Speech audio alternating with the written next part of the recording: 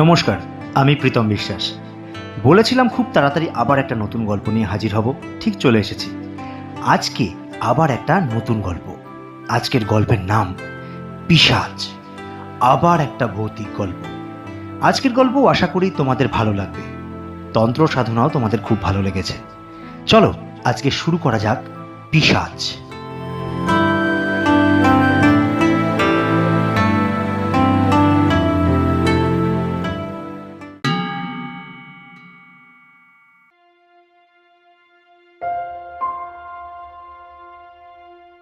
রঞ্জন মৈত্র পেশায় একজন makeup artist.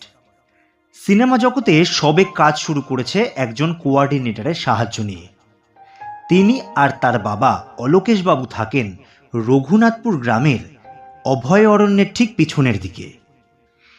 পেশাগত কারণে রঞ্জন কলকাতায় থাকলেও বারবার ছুটি নিয়ে ফিরে ফিরে আসে নিজের বাড়িতে।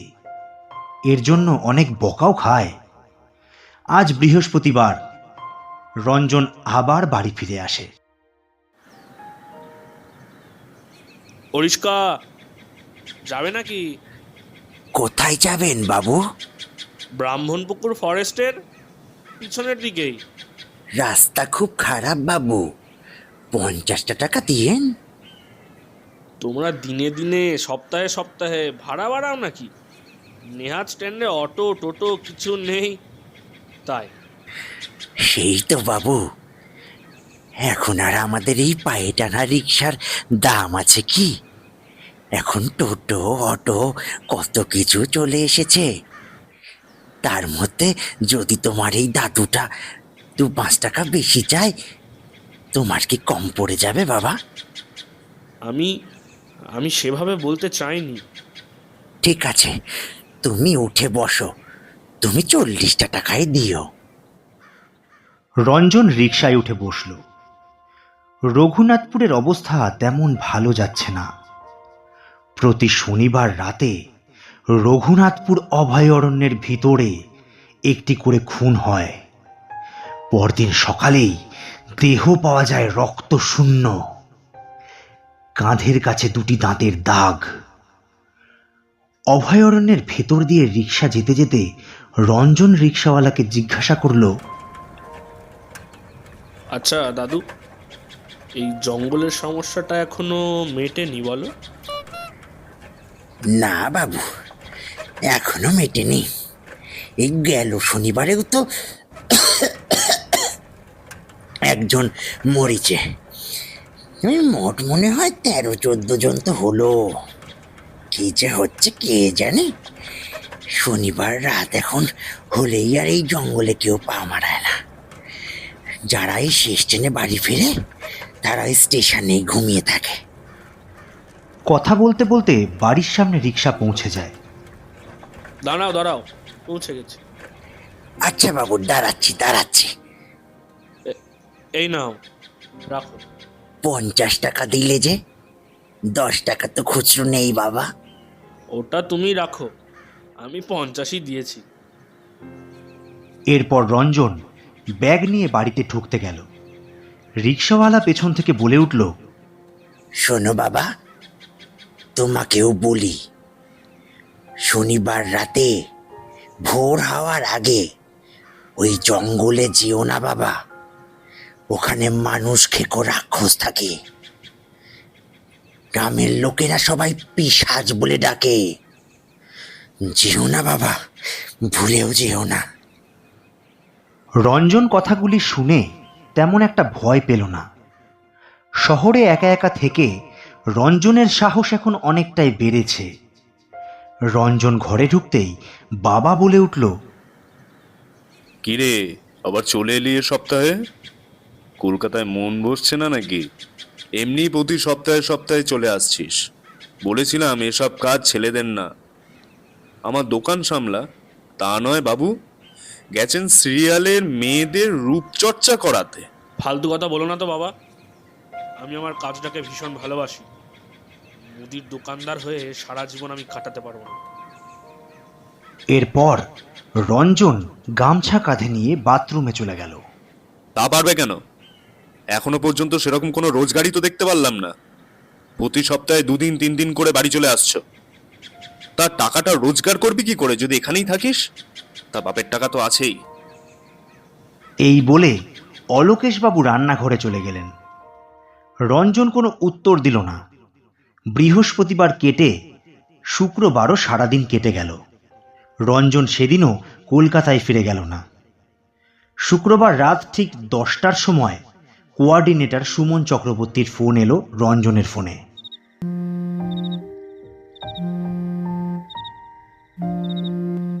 হ্যাঁ সুমনদা, বলো। শোন ভাই, কাল সকালে একটা কাজ আছে বুঝলি। কাল সকাল 7:30টার সময় তোর কল টাইম, স্টুডিওতে চলে আসিস কিন্তু। কিন্তু দাদা আমি তো বাড়িতে। তুমি যদি সন্ধ্যাতেও ফোন করতে আমি সন্ধ্যাবেলাতেই ট্রেন ধরে চলে যেতাম। কিন্তু এখন তো লাস্ট ট্রেনও চলে গেছে। ভোরের ফার্স্ট ট্রেন ধরে চলে আয়। কিন্তু দাদা ভোরের ফার্স্ট ট্রেন 3:30টার সময়। আমাকে 3টেই বাড়ি থেকে বেরোতে হবে। আমাদের এখানে পরিস্থিতি যা, প্রতি শনিবার রাত ঠিক 3টের সময় এখানকার ফরেস্টে খুন হচ্ছে। এই রকম সময় কিভাবে বেরোই বলো? কেউ কেউ ওই সময় রাস্তায় থাকে না। কিন্তু তুই না আসলে যে আমি ম্যানেজ করতে পারবো না। দেখ ভাই, তুই এখনো গিল্ড কার্ড পাসনি। বড় বড় কাজগুলো তোকে এখনো আমি দিতে পারছি না, কিন্তু যে ছোট ছোট কাজগুলো তোকে দিচ্ছি সেগুলো নিয়ে তো অন্তত একটু প্র্যাকটিস কর। কিন্তু দাদা, দেখ, কালকের কাজটা যদি তুই না করতে পারিস করিস না, আমি অন্য কাউকে ঠিক পাঠিয়ে দিয়ে করিয়ে নেব। কিন্তু তোর ওপর যে আমি আর ভরসা করতে পারছি না। সারা জীবন রঘুনাথপুরে বসে বসে ওই কোণে সাজাবি, নাকি এখানে এসে মেকআপ আর্টিস্টের কাজ করবি? দেখ কি করবি তুই। দেখছি দাদা, 15টা মিনিট টাইম দাও। এরপর রঞ্জন তার বাবার কাছে যায় অনুমতি নিতে। কি করবে সে? সে বুঝতে পারছে না। রঞ্জন বাবার কাছে গিয়ে বলল, বাবা, বলছি কাল রাত 3টের সময় আমাকে বাড়ি থেকে বেরোতে হবে। কাল সকাল 7:30টার সময় আমার কল টাইম। সে কি রে, স্টেশনে যেতে গেলে তো জঙ্গলের মধ্যে দিয়ে তোকে যেতে হবে। আর ওই রাতে কি গাড়ি ঘোড়া পাবি? তার মধ্যে যদি কোনো বিপদ ঘটে? না গেলে বাবা আমার কাজটা আর থাকবে না। না থাকলে না থাকবে, এই বিপদের মধ্যে আমি তোমাকে কোথাও যেতে দেবো না। কাল আবার শনিবার, কে জানে কাল কোন মায়ের কোল খালি হবে। কিন্তু বাবা আমার আমার কিচ্ছু করার নেই, আমাকে কাল যেতেই হবে। তাহলে প্রতি সপ্তাহে এভাবে ফিরে আসিস কেন? তুই কলকাতায় থাকলে আমি একটু শান্তিতে থাকতে পারি। জানি না আমি কিসের টানে ফিরি, কিন্তু কিন্তু কাল আমায় যেতেই হবে। জানি না তুই কি চাইছিস। তুই যতক্ষণ না গিয়ে পৌঁছাবি ততক্ষণ আমি একটু শান্তিও পাবো না। কোনোদিন তোকে কোনো কিছুতেই আটকাইনি, আজও আটকাবো না। সাবধানে যাস। কিন্তু জানি না তুই স্টেশনে পৌঁছাবি কি করে। দেখি কি হয়। রাত 3টের সময় রঞ্জন তৈরি হয়ে রাস্তায় এসে দাঁড়ায়। রঞ্জনের মুখে বড্ড ভয়ের ছাপ। 5 মিনিট দাঁড়াতে না দাঁড়াতেই একটি অটো এসে হাজির। রঞ্জন জিজ্ঞাসা করল, এ অটো, স্টেশন চলো, স্টেশন স্টেশন।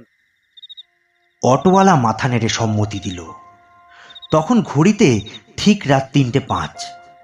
পেছনের সিটে বসে আছেন 3 জন অচেনা ব্যক্তি। তারাও ভীষণ ভীত। অভয়ারণ্যের মধ্যে পৌঁছতে না পৌঁছতেই অদ্ভুত একটা ঠান্ডা হাওয়া। কেউ বুঝতে পারল না ওই হাওয়া কোথা থেকে এলো। পেছনের সিটে বসে থাকা 3 জন ব্যক্তি রঞ্জনের দিকে অদ্ভুত দৃষ্টিতে তাকিয়ে আছে। কারণ রঞ্জন মুখে কিছু একটা বিড়বিড় করছে। কারোর সাথে যেন তার মনের ভিতর লড়াই চলছে। অটোওয়ালা সন্দেহের দৃষ্টিতে রঞ্জনের দিকে তাকালো। রঞ্জন চোখ দুটো তখন লাল করে আছে, ধারালো দুটো দাঁতও বেরিয়ে এসেছে তার। অটোওয়ালা ভয় পেয়ে অটো থামিয়ে দিল। পেছনের 3 জন ব্যক্তি অটো থেকে নেমে পিশাচ পিশাচ বলে চিৎকার করে পালিয়ে গেল। অটোওয়ালা রঞ্জনকে বলে উঠল, আপনি কে? আমি তো আপনার কোনো ক্ষতি করিনি। আমাকে ছেড়ে দিন, আমি বাঁচতে চাই। আমাকে ছেড়ে দিন, আমাকে কিছু করবেন না, আমাকে কিছু করবেন না। আপনি আপনি পালিয়ে যান, আমি আপনার কোনো ক্ষতি করব না, আপনি পালিয়ে যান। কিন্তু রঞ্জনের ভিতর থেকে একজন বলে উঠল, রঞ্জন, আমার রক্তের নেশা তো তোমাকেই মেটাতে হবে, তুমি সেটা জানো নাই? তুমি ওকে ছেড়ো না রঞ্জন, তুমি ছেড়ো না ওকে। না, না, আমি আমি পারবো না। আমি তোমার হয়ে কাজ করতে পারবো না। এই ভয়ঙ্কর পিশাচ প্রতি শনিবার রাত 3টের সময় রঞ্জনের ভিতর প্রবেশ করে মানুষকে আকর্ষণ করে এই জঙ্গলের মাঝে নিয়ে এসে হত্যা করে নিজের পিপাসা মেটায়। আজও তার অন্যথা হলো না। রঞ্জন কখনোই চায়নি কোনো মানুষকে এইভাবে খুন করতে। যখন তার সাথে এই ঘটনা ঘটে, রঞ্জন নিজের প্রতি নিজের ক্ষমতা হারায়। নিজে কি করবে তখন সে বুঝতে পারে না, কিন্তু রঞ্জন আজ প্রতিজ্ঞাবদ্ধ, আজ সে এর শেষ দেখেই ছাড়বে। আমি আমি আর পারবো না তোমার কথা মেনে চলতে। তুমি তুমি চলে যাও। কোনোভাবেই হতে পারে না রঞ্জন, আমার রক্ত চাই রঞ্জন, আমার রক্ত চাই। তুমি কামড় বসাও রঞ্জন, কেলেও কেলেও রঞ্জন, কেলেও। তোমার তোমার রক্ত চাই, রক্ত, তাই তো? তুমি তবে আমার রক্ত খাও। কি বলে রঞ্জন নিজের হাত কামড়াতে থাকে, দু হাতে বারবার কামড় বসাতে থাকে। নো রঞ্জন, নো, আমি ওর রক্ত খাবো রঞ্জন, আমি তোর রক্ত খাবো না। তুই নিজেকে কামড়াস না রঞ্জন, নো রঞ্জন, নো। রঞ্জন বুঝতেও পারলো না কখন তার ঘাড়টা ধরে চেপে ধরে কেউ নিয়ে গিয়ে অটোওয়ালার কাঁধের ওপর তার দাঁত দুটোকে বসিয়ে দিল। অটোওয়ালা চিৎকার করে উঠল, ফিনকি দিয়ে রক্ত বেরিয়ে এলো। সেই রক্ত পান করছে রঞ্জন। অটোওয়ালা মৃত্যু যন্ত্রণায় কাতরাতে কাতরাতে মৃত্যুবরণ করলো। রক্ত শূন্য হয়ে গেল তার শরীর। এরপর রঞ্জনের শরীর থেকে পিশাচের আত্মা সামনে বেরিয়ে এসে প্রকট হলো। তার শারীরিক অবয়ব খুব একটা স্পষ্ট নয়। রঞ্জন অটো থেকে নেমে এসে হাউ মাউ করে কাঁদতে কাঁদতে মাটিতে বসে পড়ল। অটোওয়ালার মৃতদেহের দিকে তাকিয়ে রঞ্জন বলল, আমাকে আমাকে ক্ষমা করুন। আমি আমি আমি এটা করতে চাইনি। আমাকে আমাকে ক্ষমা করুন। নো রঞ্জন, নো, এত দুর্বল হলে চলিবে না। আরো অনেক পথ চলা বাকি আছে, আরো অনেক লোক বাকি। আমি আমি আর কারোর ক্ষতি করতে পারবো না। আর আর কতদিন আর আর কতদিন তুমি আমাকে এইভাবে ব্যবহার করবে? যতদিন না পর্যন্ত সবকিছু শেষ হয়ে যাবে, ততদিন পর্যন্ত তোর শরীরটা আমার। যদি তুই রাজি না হোস, পরের স্যাটারডেতে এখানে তো ড্যাডি থাকবে, ইয়োর ড্যাড। তুমি তুমি আমার বাবার কোনো ক্ষতি করবে না। তুমি তুমি আমাকে কেন পেলে তোমার তোমার কার্যসিদ্ধি করার জন্য? কারণ তোর গ্র্যান্ডপা আমার মৃত্যুর জন্য দায়ী ছিল। সমস্ত গ্রামবাসীকে উত্তেজিত করে তুলেছিল আমাকে হত্যা করার জন্য। আমি নাকি বলে রক্ত খাই, আমি পিশাচ, ড্রাকুলা ভ্যাম্পায়ার। একটা জমি নিয়েছিলাম বলে আমাকে এই গ্রাম থেকে তাড়ানোর জন্য মেরে ফেলেছিল। I am dead. তার বংশধর তুই, তোকে কি আমি ছেড়ে দিতে পারি? 100 বছর লেগেছে আমার নিজেকে পিশাচ করতে, ভ্যাম্পায়ার করতে। আমার একটা শরীর চাই, যার দ্বারা আমি রক্ত পান করতে পারবো। তাই তোর ওই গ্র্যান্ড পায়ের প্রায়শ্চিত্ত তুই কর, কর। কিন্তু যাদেরকে মারছো তারা তো নির্দোষ। তাদের বংশের কবে কে কি করেছিল তার দায় কেন কেন বংশধররা নেবে? আমার যে আর কিছু করার নাই রঞ্জন, আমাকে সবাই মিলে মেরে এখানে পুঁতে দিয়েছিল। ইংরেজ সরকারকে তোরা তাড়াই দিছিস, কিন্তু আমিও যে ইংরেজ, আমি থেকে গেছি এই মাটির তলায়। আমি ভ্যাম্পায়ার হয়েছি, রক্ত চুষে খাচ্ছি। আমার যে আর কিছু করার নাই রঞ্জন, কিছু করার নাই। আমার শরীরের দ্বারা আর কোনো পাপ আমি তোমায় করতে দেব না। তোর শরীর ছাড়া আমি আর কোনো শরীরে প্রবেশ করতে পারবো না রঞ্জন, সে ক্ষমতা আমার নাই। So, I am sorry Ranjan, I am so sorry, I can't. Ranjan বুঝতে পেরে গেল তার নিজের শরীর যদি না থাকে এই পিশাচের আর কোনো ক্ষমতা থাকবে না। এই গ্রামের সমস্ত মানুষকে বাঁচাতে, নিজের বাবাকে বাঁচাতে রঞ্জনকে নিজেকেই মরতে হবে। রঞ্জন ধীরে ধীরে নিজের মেকআপের ব্যাগের ভেতর হাতটা ঢোকালো। হাতে পেল একটি কাঁচি। সেই কাঁচিটি বার করে রঞ্জন পিশাচকে বলল, তোমার তোমার প্রতিশোধের আগুন আমি বেঁচে থাকতে নেভাতে পারবো না। আমার শরীর ছাড়া তুমি অচল, তাই না? আমি আমি নিজেকে শেষ করে দিচ্ছি। No Ranjan, no no no! এই বলে রঞ্জন কাঁচিটি নিজের পেটের ভেতর ঢুকিয়ে নিল।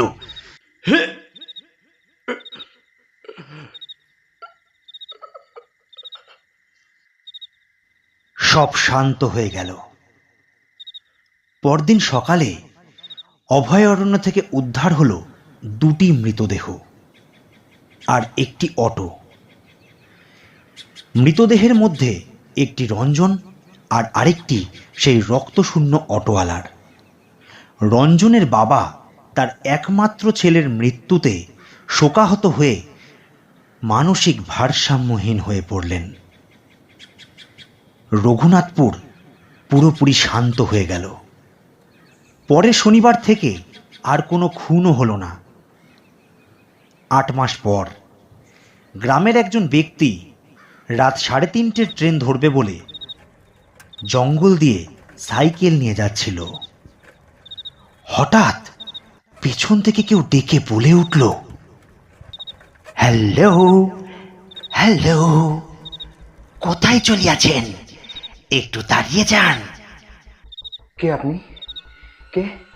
না না না না না!